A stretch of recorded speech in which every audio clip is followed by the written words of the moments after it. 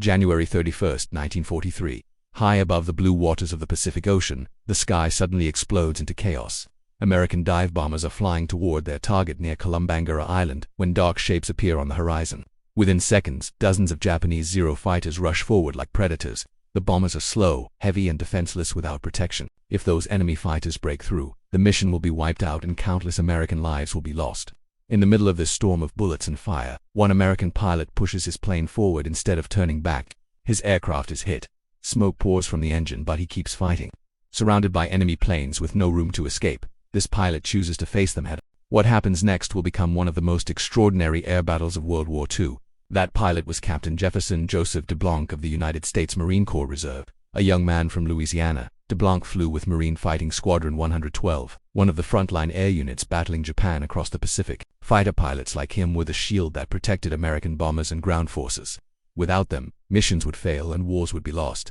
On that day near Outnumbered Island, DeBlanc was not just flying a routine mission. He was about to face overwhelming enemy forces alone. His courage, skill, and refusal to retreat would turn a desperate situation into a legendary moment of American heroism. On that morning, DeBlanc and his squadron were assigned to escort American dive bombers attacking Japanese positions. Their job was to protect the bombers from enemy fighters, no matter the cost. As they approached the target area, Japanese Zero fighters swarmed the sky. The enemy had superior numbers and deadly firepower. DeBlanc immediately engaged the attackers, maneuvering his aircraft through clouds of smoke and tracer rounds. Every second mattered. If the Japanese fighters reached the bombers, the mission would fail and American pilots would be killed. DeBlanc knew he had to hold them off alone.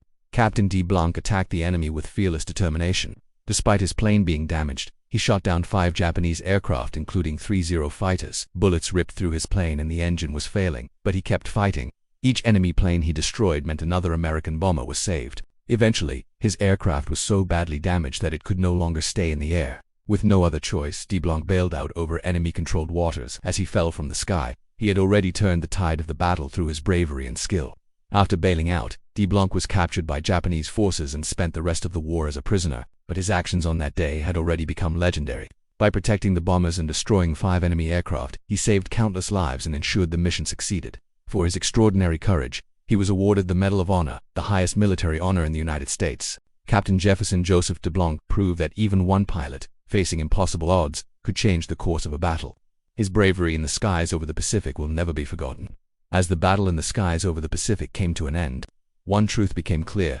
Captain Jefferson Joseph DeBlanc had changed the course of that day through sheer courage. Outnumbered, flying a damaged aircraft, and facing some of the most feared fighter planes of the war, he never turned back. He protected his fellow pilots, saved the mission, and fought until his plane could no longer stay in the air. Even after being captured, his sacrifice stood as a symbol of true heroism. The Medal of Honor he received was not just for the planes he shot down, but for the lives he saved and the bravery he showed when everything was on the line. His story reminds us that sometimes, one person in the sky can make all the difference.